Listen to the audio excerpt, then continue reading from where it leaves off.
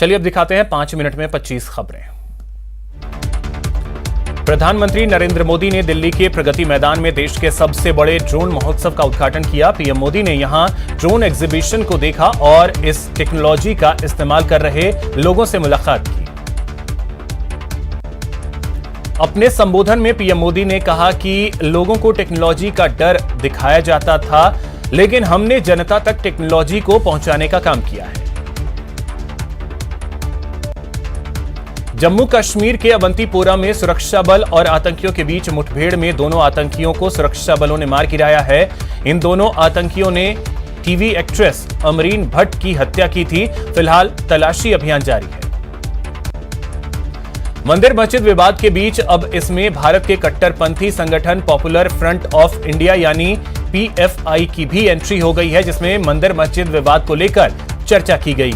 PFI ने इस विवाद को लेकर देश भर के मुस्लिमों से एकजुट होने की अपील की है। साथ ही कहा है कि मस्जिदों और पूजा स्थलों के खिलाफ जारी कार्रवाई का विरोध करें।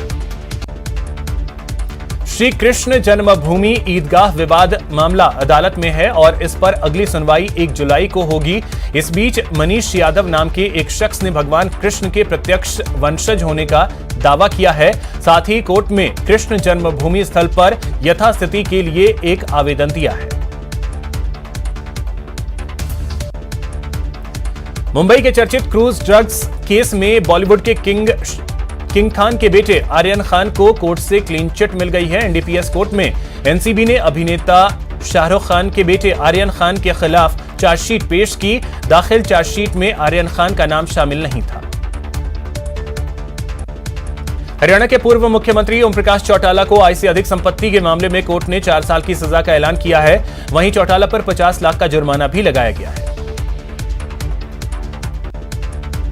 राज्यसभा चुनाव से ठीक पहले मंत्री चांदना ने इस्तीफे की पेशकश की है। सीएम से अनुरोध किया है कि मुझे जलालत भरे मंत्री पद से मुक्त करें।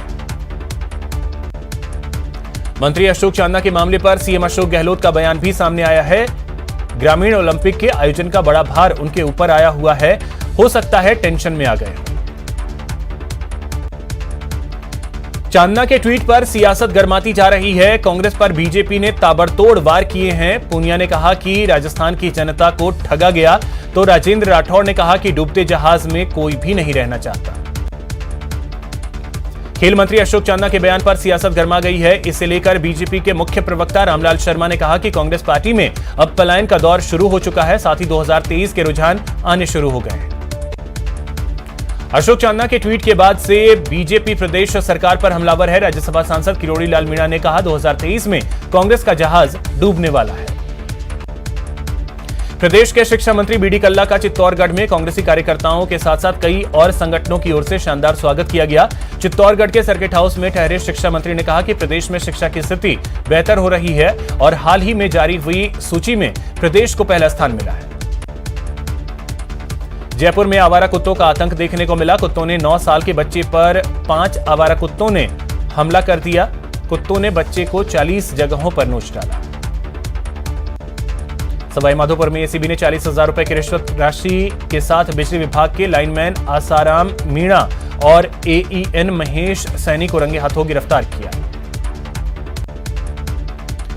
अलवर के एनईबी थाना क्षेत्र में पेड़ पर फांसी लगाकर पुलिस के हेड कांस्टेबल ने आत्महत्या कर ली। इस मामले की सूचना मिलते ही पुलिस मौके पर पहुंची और मामले की जानकारी जुटाई और मौके पर पुलिस अधीक्षक तेजस्विनी गौतम भी पहुंची। आम लोगों की सुरक्षा को देखते हुए कोटा के एरोड्रम चौराहे स्थित आकाश मॉल को सील कर दिया गया है। बताया जा रहा है कि मॉल के मालिकों और संचालकों की तरफ से लंबे समय से अग्निशमन विभाग की ओर से एनओसी नहीं ली गई थी। कोटा संभाग के सबसे बड़े अस्पताल एमबीएस अस्पताल की हालत दयनीय हो गई है। यहां चारों तरफ अव्यवस्थाओं का अंबार नजर आता है। चित्तौड़गढ़ के भादसोड़ा थाना इलाके में 3 गाड़ियों में सवार तस्करों ने एक के बाद एक नाकेबंदी में तैनात गाड़ियों को टक्कर मार दी और सभी वहां से फरार हो गए। बाड़मेर में सड़क पर पड़ी कंक्रीट की वजह से एक बाइक सवार स्लिप हो गया। हादसे में बाइक सवार व्यक्ति की मौके पर ही मौत हो गई। हादसे से गुस्साए ग्रामीणों ने सड़क पर प्रदर्शन किया। जैसलमेर की पोखरण फील्ड फायरिंग रेंज में American M777 ultralight howitzer gun के परीक्षण चल रहे हैं। 155 mm के 39 कैलिबर वाली तोप की मारक क्षमता 30 से 40 किलोमीटर है। CSIR पिलानी के वैज्ञानिकों ने कैंसर के इलाज में इस्तेमाल होने वाली मैग्नेट्रॉन तकनीक विकसित करने में सफलता हासिल की है। इस तकनीक के जरिए रेडियोथेरेपी मशीनों में स्वदेशी मैग्नेट्रॉन का इस्तेमाल होगा। उदयपुर में पूर्व प्रधानमंत्री पंडित जवाहरलाल नेहरू की पुण्यतिथि मनाई गई। जिला कलेक्टर ने रेलवे ट्रेनिंग स्कूल में नेहरू जी की प्रतिमा पर माल्यार्पण किया। भारतीय लेखिका गीतांजलि श्री ने देश के नाम कई उपलब्धि दर्ज की है। उन्होंने इंटरनेशनल बुकर प्राइज का सम्मान देश को दिलाया है। उनके उपन्यास टॉम्ब ऑफ सैंड को इंटरनेशनल बुकर प्राइज मिला है।